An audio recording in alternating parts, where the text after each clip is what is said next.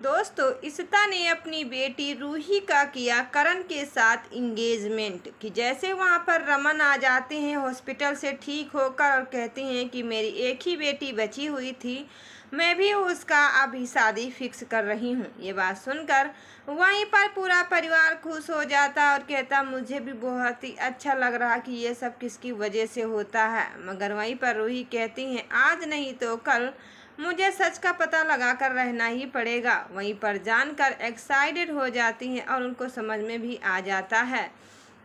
तब तक कहते हैं कि चलो, रूही तो वहाँ पर अपना मास्क पैक लगवा रही होती है और कहती है मुझे ही जोरदार से तैयारियां करना है। और साथ में रमन कहता है कि हमारी बेटी की शादी तो बहुत ही धूमधाम से होगी। मगर करण वहीं पर बैठे हुए होते हैं, सोचते हैं, मगर उनको कुछ समझ में नहीं आता कि अब मैं करूँ तो करूँ भी क्या।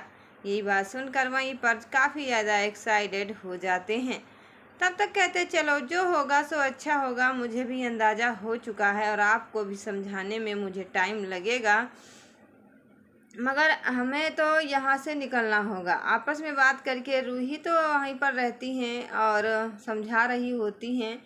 तब तक यहाँ पर क्या होता है, दादी और सब लोग खुश हो जाती हैं, पूरे घर को अच्छे से डेकोरेट करती हैं और कहती हैं आज की तैयारियाँ कुछ खास होंगी क्योंकि हमारी बेटी की शादी है। और रूही की इंगेजमेंट तो हुई है, उसके बाद शादी भी होगी। यही बात सुनकर कहती हाँ तुमने तो ये सच कहा है। यही बात सुनकर वहीं दादी कहती हैं कि रूही की इंगेजमेंट है, उससे पहले मैं रूही के पसंद का खाना तैयार कर दूं ताकि रूही अच्छे से खा सके और उसे ताकि वो जब शादी हो और वो तैयार हो तो उसको थोड़ा तकलीफ़ ना हो, जिसकी वजह से वो बहुत ही ज़्यादा सोचते हैं और उनको समझ में भी आ जाता है। कहते हैं हाँ तुमने तो ये अच्छा किया है। यही बात सुनकर वहीं पर सोचते हैं और कहते हैं घर वाले कि मुझे भी अंदाज़ा हो चुका है कि आप सब लोग ऐसा क्यों करते हो। वहीं पर रूही और दादी कहती हाँ चलो अब मैं वहीं पर बैठती हूँ। मगर कहती हैं सीता और दादी कि मैं रूही का इंगेजमेंट है और रूही के इंगेजमेंट में बहुत ही बड़ा सरप्राइज़ देने वाली हूँ, ये तो किसी को भी अंदाज़ा नहीं है। चलिए मैं उनके लिए बहुत ही टेस्टी खाना बनाती हैं। ये बात सुनकर वहीं पर जाती हैं। तब तक वहाँ पर आलिया कर रही होती हैं अपनी ही बहन का फेस पैक मास्क लगा रही होती, कहती हैं चेहरे पर बहुत ही ज़्यादा ग्लो मारेगा, लाइट मारेगा, हाइलाइटर मारेगा, जिसकी वजह से कहती नहीं मुझे हाइलाइटर चेहरे पर नहीं मरवाना है क्योंकि मुझे पता है कि हाइलाइटर से क्या होता है। जिसकी आपस में बात हो रही होती है वो मास्क जो चेहरे पर लगा हुआ होता है उसको नोच के फेंक देती हैं और कहती हैं मुझे भूख लगी है और महक भी आ रहा है। आखिर में महक के कारण किस तरीके से वो मास्क पैक निकाल देती हैं और कहती हैं मुझे भी अच्छे से यहीं पर रहना है। दादी जी आ जाती हैं, दादी से कहती हैं कि दादी तुम मेरे मन पसंद का खाना बनाई हो, मैं खाना ज़रूर खाऊंगी। आपको क्या लगता है कि मैं इस खाने को बिल्कुल भी छोड़ दूंगी।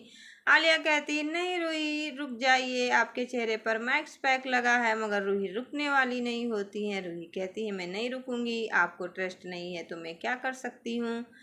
रूही जबरदस्ती खाना खाना शुरू कर देती हैं। आलिया कहती हैं कि ये तो अभी चेहरे का क्लीन हो रहा है और अब ये खाना खा रही। तब तक क्या होता है, करण की एंट्री हो जाती है, साथ में करण के दोस्त आते हैं और सुधा मैम आती हैं।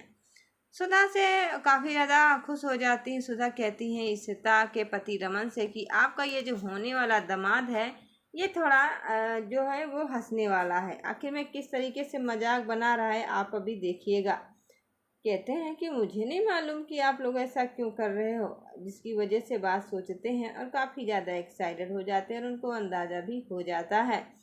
कहते हैं आज नहीं तो कल मुझे सच का पता लगा कर रहना ही पड़ेगा ताकि मैं कभी ऐसा न सोचूं कि ये सब किसकी ज़िंदगी में हो रहा है। वहीं पर रमन कहते हैं हाँ क्यों नहीं। करण कहता है कि जल्दी से तैयार करो, मेरे को रूही को देखना है, रहा रहा नहीं जा रहा है। तब तक दादी कहती हैं कि लो, आखिर में ये करण ना भी शर्माता बिल्कुल भी नहीं है, इसको अब रूही को एक पल भी देखने के लिए रहा नहीं जा रहा है। कहते हाँ मैंने सच कहा है और अभी आपको बता रहा हूँ।